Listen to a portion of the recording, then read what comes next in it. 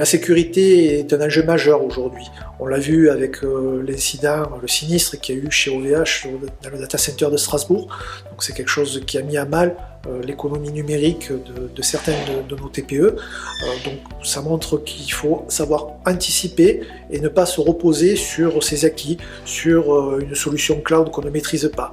Il faut se faire accompagner par des prestataires informatiques qui ont la compétence, qui savent vous conseiller et vous accompagner dans votre démarche. Lorsqu'on parle de cybercriminalité, on voit bien que ce sont l'un des risques majeurs pour les entreprises sur les années à venir et même sur les années présentes.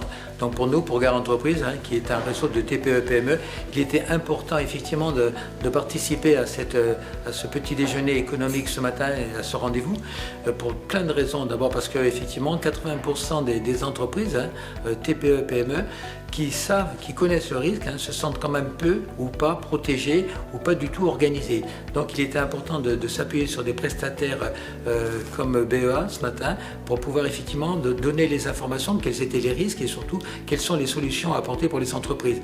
Ce qui peut être intéressant dans le diagnostic digital, transformation digitale, c'est d'avoir une vision 360 de l'activité numérique de l'entreprise.